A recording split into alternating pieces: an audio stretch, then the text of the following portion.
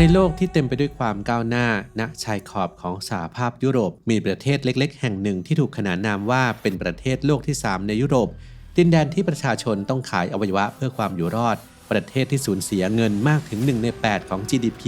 จากการฉ้อโกงครั้งใหญ่นี่คือเรื่องราวของมอลโดวาประเทศที่ครั้งหนึ่งเคยเป็นอู่ข้าวอู่น้ำของสหภาพโซเวียตแต่กลับต้องเผชิญกับการล่มสลายทางเศรษฐกิจครั้งใหญ่ที่สุดในประวัติศาสตร์สมัยใหม่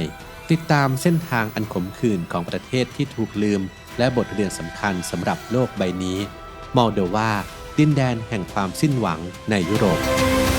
อีกหนึ่งทางเลือกที่แมทช์กับกิจวัตรการบำรุงสมองของผมที่เพิ่มจากโอเมก้า 3 คือ Clarity Japan Ginkgo biloba สารสกัดใบแปะก๊วยจากประเทศญี่ปุ่นสร้างสมองที่แข็งแรงและมีสุขภาพสมองที่ดีแบบยืนยาวเหมือนต้นแปะก๊วยพร้อมกันกับผม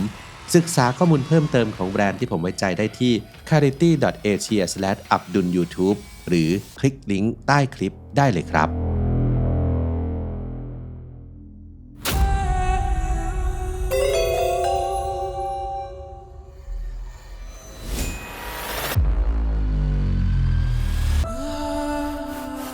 1. หมู่บ้านแห่งการขายไตห่างจากชายแดนสหภาพยุโรปเพียง30 นาทีมีหมู่บ้านเล็กๆชื่อมินเจียที่เคยได้รับความสนใจจากนานาชาติไม่ใช่เพราะไร่องุ่นที่มีชื่อเสียงระดับโลกแต่เป็นเพราะปรากฏการณ์ที่ชาวบ้านพากันขายไตของตัวเองในครั้งหนึ่งมีชายถึง16 คนที่ถูกส่งตัวไปยังประเทศตุรกีเพื่อรอการผ่าตัดพวกเขาถูกเลี้ยงดูจนกว่าจะมีผู้ต้องการไตซึ่งส่วนใหญ่มาจากสหราชอาณาจักรแคนาดาและอิสราเอลหลังจากการผ่าตัดพวกเขาได้รับเงินเพียง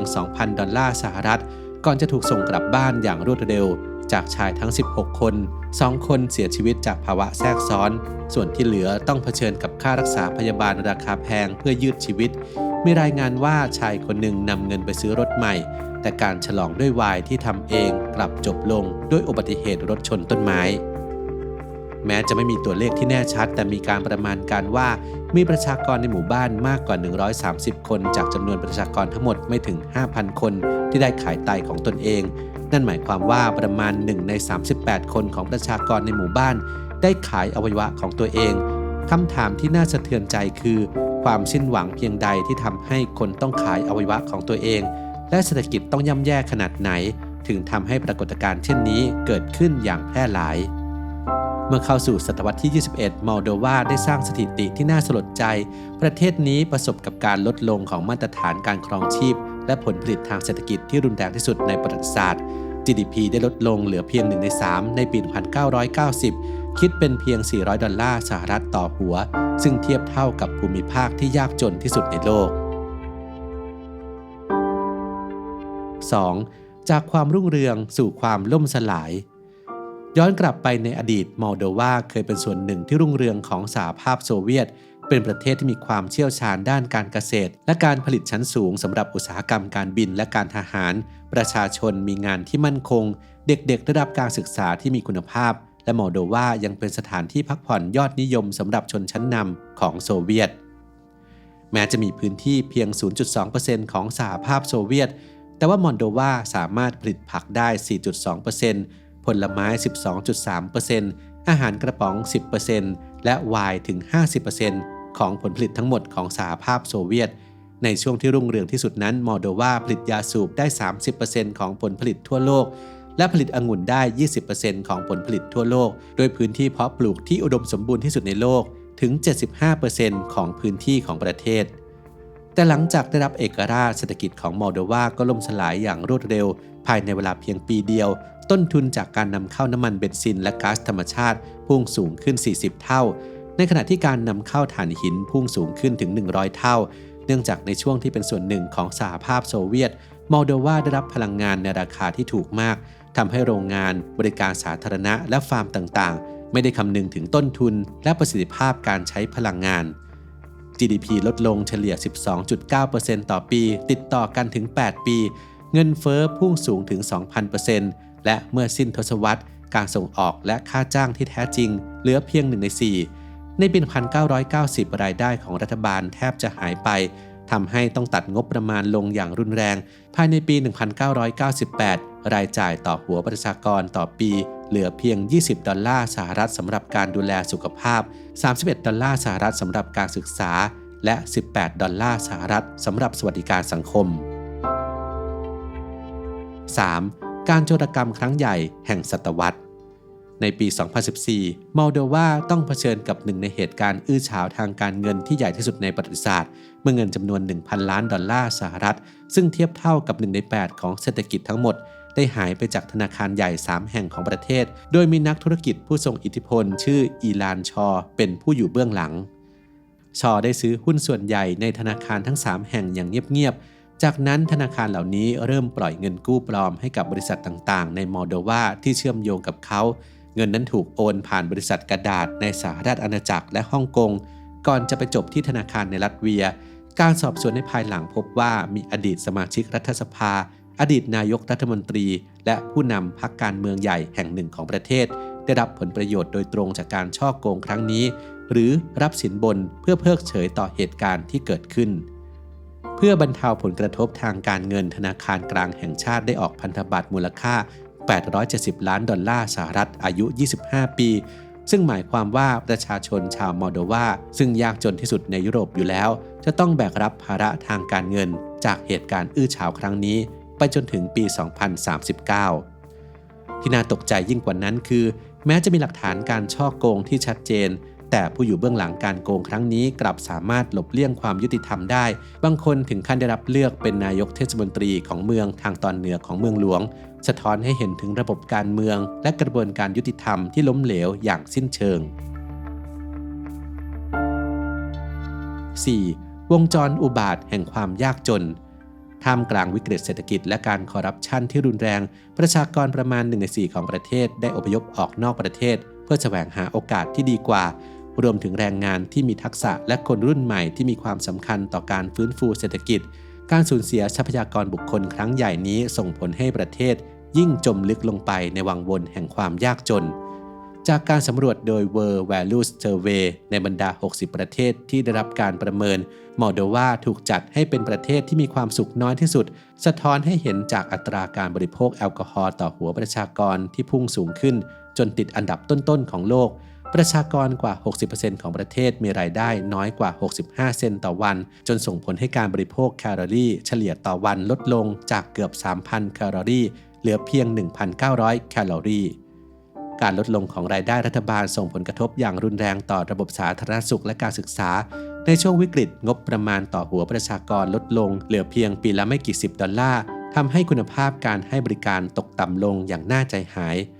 ความยากจนที่รุนแรงนี้ยังนำไปสู่ปัญหาสังคมอื่นๆตามมาเช่นอาชญากรรมการค้ามนุษย์และการทุจริตในทุกระดับของสังคมตั้งแต่เจ้าหน้าที่รัฐไปจนถึงบุคลากรทางการแพทย์ที่เรียกรับผลประโยชน์เพื่อให้บริการที่ดีขึ้นสภาพการเช่นนี้ทำให้การลงทุนจากต่างประเทศยังคงอยู่ในระดับต่ำและการเติบโตทางเศรษฐกิจเกือบทั้งหมดมาจากเงินที่แรงงานในต่างประเทศส่งกลับมาให้ครอบครัว 5. ปัจจัยที่ทำให้สถานการณ์เลวร้ายหนึ่งในปัจจัยสำคัญที่ทำให้เศรษฐกิจมอลโดวาล่มสลายคือการสูญเสียดินแดนทรานสนิสเตรียซึ่งเป็นพื้นที่ที่มีความสำคัญทางอุตสาหกรรมแม้จะมีพื้นที่เพียง 12% ของประเทศแต่ภูมิภาคนี้สร้างผลผลิตทางอุตสาหกรรมได้ถึง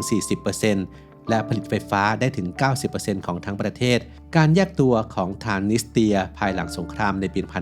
1992 ทำให้มอลโดวาสูญเสียฐานอุตสาหกรรมและแหล่งพลังงานที่สำคัญไปอย่างฉับพลัน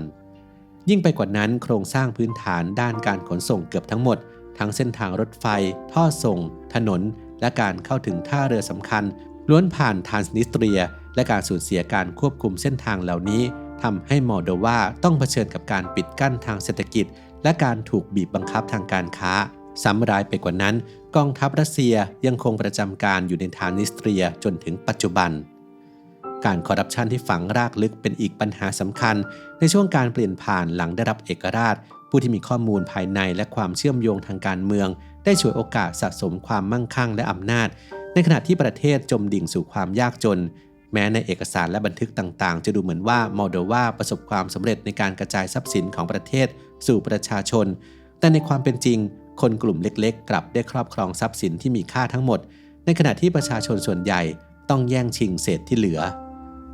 สถานการณ์ในปัจจุบันยิ่งทวีความซับซ้อนด้วยความขัดแย้งในยูเครนประเทศเพื่อนบ้านโดยมีความกังวลว่ากองกำลังรัสเซียในทรานนิสเตรียอาจจะถูกใช้เป็นแนวรบที่2ซึ่งสร้างความไม่แน่นอนให้กับอนาคตของมอลโดวาอย่างมากนักวิเคราะห์ด้านความมั่นคงหลายรายประเมินว่าสถานการณ์นี้อาจส่งผลกระทบต่อเสถียรภาพทางการเมืองและเศรษฐกิจของมอลโดวาไปอีกหลายปี 6. สถานการณ์ปัจจุบันในปัจจุบันมอลโดวากำลังเผชิญกับความท้าทายหลายประการโดยเฉพาะอย่างยิ่งวิกฤตพลังงานที่เกิดขึ้นเมื่อต้นปี 2025 เมื่อรัสเซียหยุดส่งก๊าซธรรมชาติผ่านยูเครนมายังมอลโดวาวิกฤตครั้งนี้ส่งผลกระทบอย่างรุนแรงต่อภูมิภาคทรานนิสเตรียซึ่งพึ่งพาก๊าซจากรัสเซียเป็นหลักและยังส่งผลให้ราคาพลังงานในมอลโดวาพุ่งสูงขึ้นอย่างมาก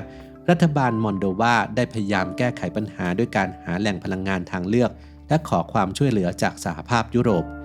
อย่างไรก็ตามจากการเข้าร่วมสหภาพยุโรปโดยได้เริ่มการเจรจาเข้าร่วมอย่างเป็นทางการในเดือนธันวาคมปี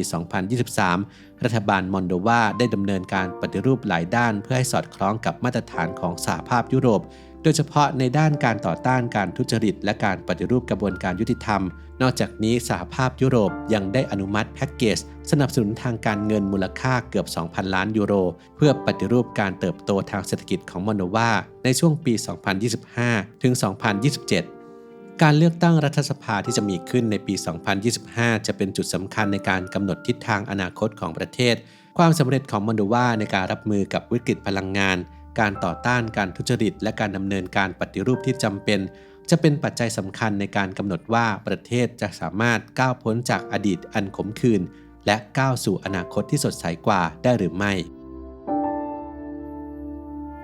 มอลโดวานับเป็นกรณีศึกษาที่สะท้อนให้เห็นว่าชะตากรรมของประเทศไม่ได้ถูกกำหนดด้วยปัจจัยเดียวแต่เป็นผลรวมของความท้าทายหลายด้านที่ทับซ้อนกันทั้งการขาดแคลนทรัพยากรธรรมชาติที่ตั้งทางภูมิศาสตร์ที่ถูกล้อมรอบด้วยความขัดแย้งการไร้เสถียรภาพทางการเมืองและการคอร์รัปชันที่ฝังรากลึกการที่ประเทศต้องสร้างรัฐที่เข้มแข็งอัตลักษณ์ของชาติและระบบเศรษฐกิจที่ยั่งยืนพร้อมกันหลังได้รับเอกราชกลายเป็นภาระอันหนักอึ้งแม้ปัจจุบันจะมีความหวังจากข้อตกลงทางการค้ากับสหภาพยุโรปและความพยายามในการต่อต้านการคอร์รัปชันแต่บทเรียนสำคัญที่โลกได้รับจากมอลโดวาคือการพัฒนาประเทศจำเป็นต้องมีสถาบันที่เข้มแข็งและธรรมาภิบาลเป็นรากฐานเพราะเมื่อใดที่ผลประโยชน์ส่วนตัวมาก่อนผลประโยชน์ส่วนรวมผู้ที่ต้องแบกรับผลของความเห็นแก่ตัวนั้นคือประชาชนทั้งประเทศนั่นเองครับ